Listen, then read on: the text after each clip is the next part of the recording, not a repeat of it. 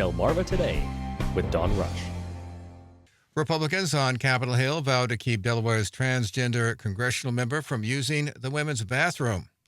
A local internet post supporting the LGBTQ+ community gets harsh attacks online.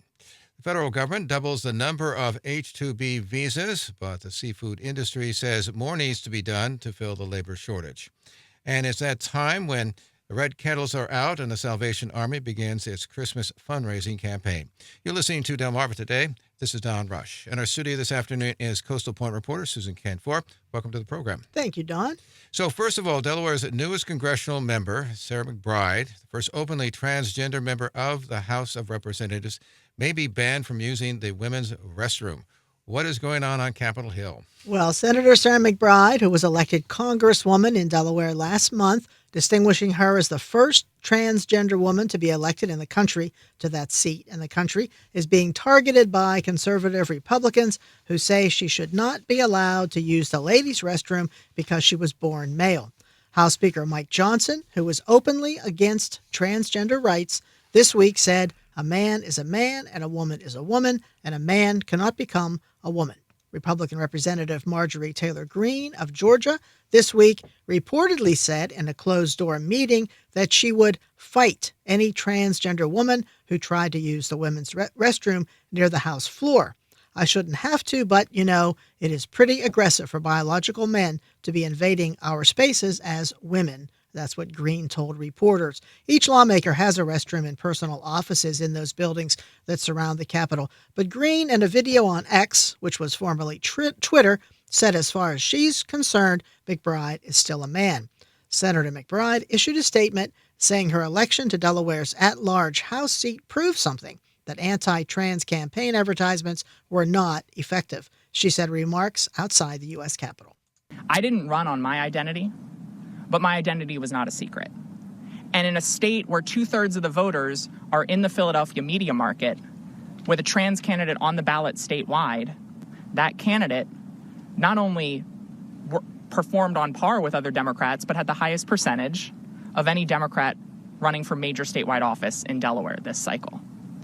And so I think what we have to all recognize here is that when a politician tries to take an issue that impacts a handful of people in a handful of states and turn it into the most important issue in an election, everyone has to ask why. When Donald Trump was running for president this time, his campaign advertisements included those that pointed out Vice President Kamala Harris supports gender-affirming surgery for federal prisoners.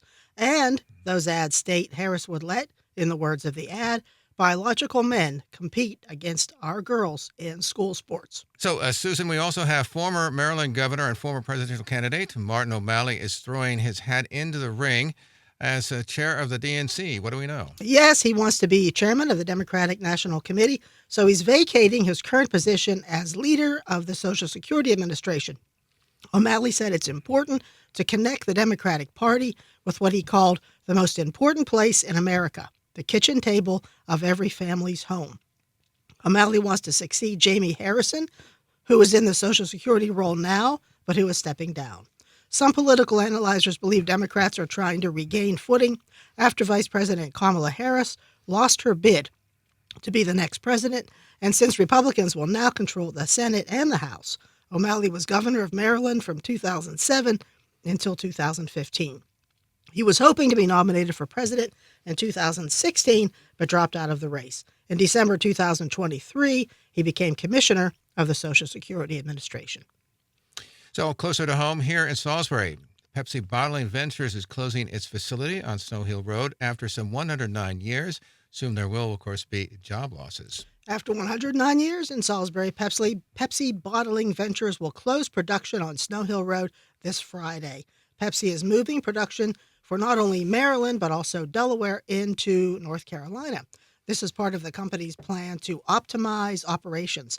Pepsi officials are thanking customers for their strong support over the years. No word yet on how many jobs will be lost. And in Georgetown, voters have approved a multi-million-dollar measure for a new police station. It was close, just 13 votes that passed the referendum, meaning the Georgetown, Delaware residents approved town officials borrowing up to $18 million to build a new police department and public works building.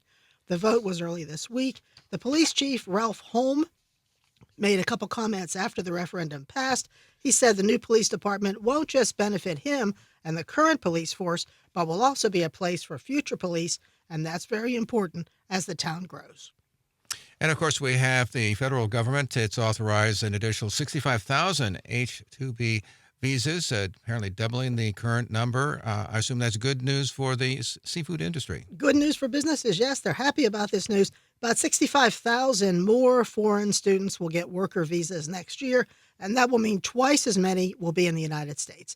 Among business owners who will be especially pleased about this are seafood processors up and down the Maryland seaboard, although it isn't yet known how many of those workers will end up in the seafood industry. Bill Sealing, Executive Vice President of Chesapeake Bay Seafood Industries Association, had more to say about this. We've had other instances where the president actually authorized additional numbers of people, and when it got down to the point where we actually were in the mix to get them, we never got them. Everybody who uses H-2B workers would have the same equal opportunity to apply for them. And it's just literally a lottery. Visas are controlled by the Department of Homeland Security, and a lottery system is indeed used to randomly allocate visas.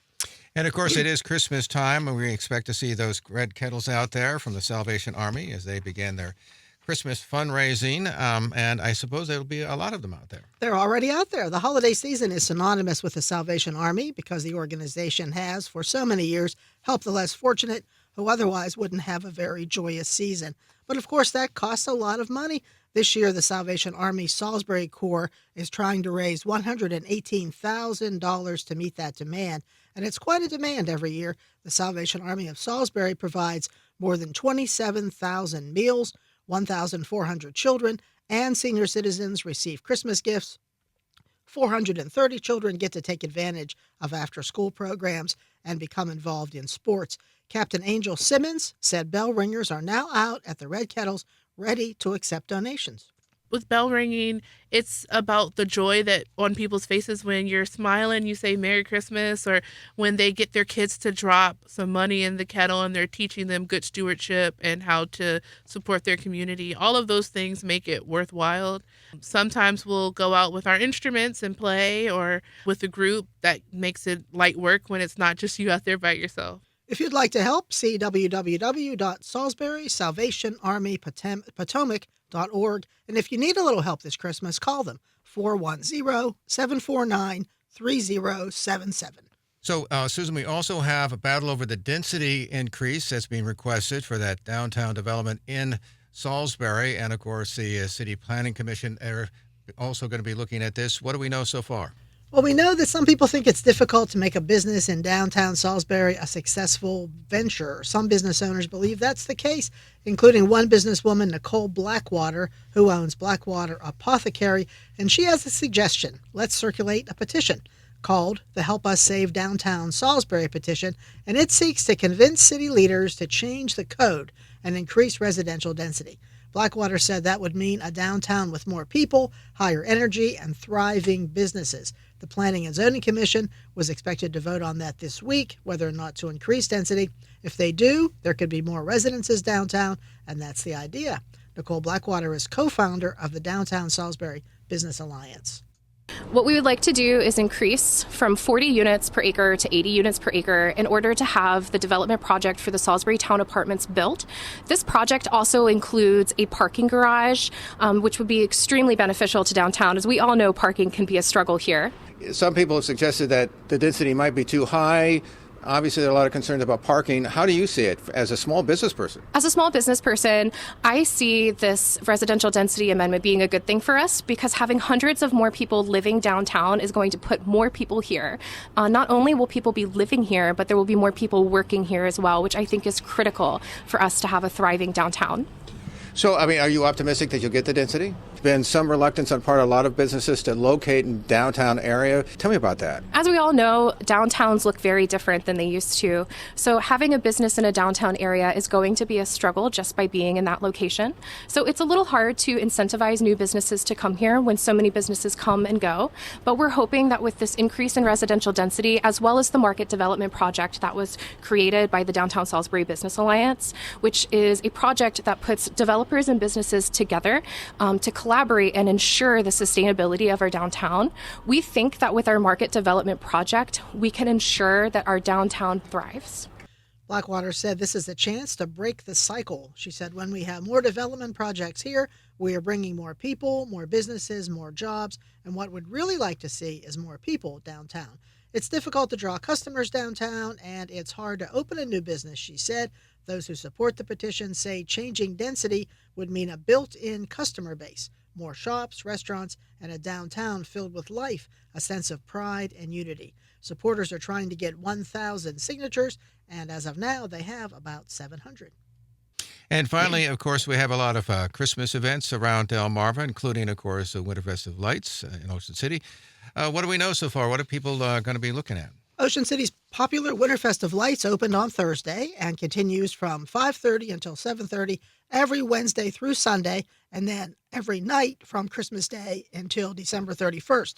The admission cost is $6 for adults and free for children younger than 11. Promised at Northside Park on 125th Street in Ocean City are animated displays, walking paths, visits with Santa, a gift shop, hot chocolate and cookies for sale, fire pits, amusement rides, reality games, and spots to pose for photographs, as well as the elaborate light displays. Winterfest is one of the many places to celebrate this holiday season. In downtown Salisbury, the second annual Holiday Light Celebration will be on Saturday, December 7th from 4 to 7 p.m. That's a free event with dance and musical performances planned, a tree lighting, holiday market, and of course a visit from Santa Claus, who will be at Unity Square in downtown Salisbury. In Dewey Beach, Delaware, Starboard Claw restaurant is elaborately decorated for the holidays. Guests are invited to visit, pose for photographs by the 7-foot Santa Claus statue and handmade sled, sit by the fire pit, and enjoy the lights and music. You don't have to buy drinks or dinner, just go and enjoy it. In Berlin, there's going to be a ball drop from the top of the building on Main Street at 6 p.m. New Year's Eve instead of midnight this year because the downtown celebration has become such a popular family event and not all families stay up that late. Cowbells will be given away and there will be art projects for children. In Millsboro, Delaware, the parade is going to be on a Tuesday for the first time this year, Tuesday, December 3rd at 7 p.m. Milk and cookies will be distributed to the crowd and Santa Claus will be in his house, ready for visits at the Truett Carpet parking lot downtown. In Ocean Pines, the 14th annual Hometown Christmas Tree Lighting is planned for 6:30 p.m. on Saturday, November 30th. Santa Claus will arrive on a fire truck, and a row of trees decorated and sponsored by local businesses will be lit after the crowd counts down, and the big community tree will also be lit, and there will be musical performances. The town of Bethany Beach, Delaware, is having its 2024 Coastal Christmas Showdown. That's a competition among residents and business owners to see who can decorate the nicest. Awards will be given for the most elegant and the most festive, and then there will be the Griswold Award for the all-out lights in houses or businesses. So see www.bethanybeach.com to reserve a seat on the town trolley, and that trolley will take spectators all around Bethany Beach to see the lights on 4 Fridays in November and December. Bethany Beach will light up the town tree on Saturday, December 7th, and several other activities are planned, including horseback riding on the beach and face painting. Some of these require reservations, so there's no reason not to celebrate this year. So are you going to be, by the way, going out to the Winterfest? You're going to see the lights again? I love Winterfest. Yeah, no trams this year, so I'll be walking around. We'll all be walking around 58 acres of that park to see the lights and see Santa. I love it. It's been almost 30 years now, I think. And any particular part of it?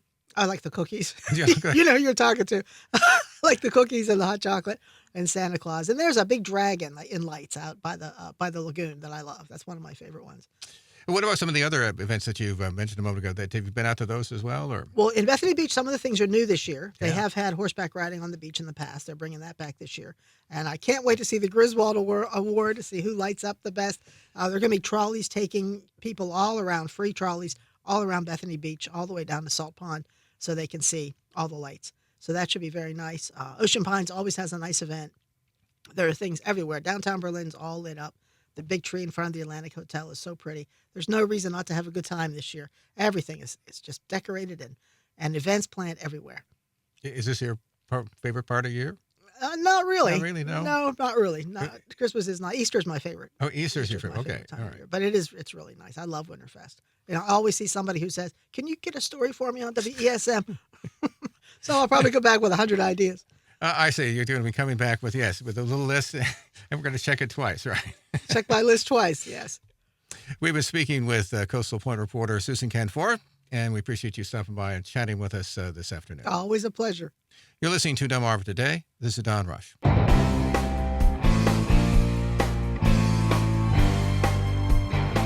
Delmarva Today with Don Rush.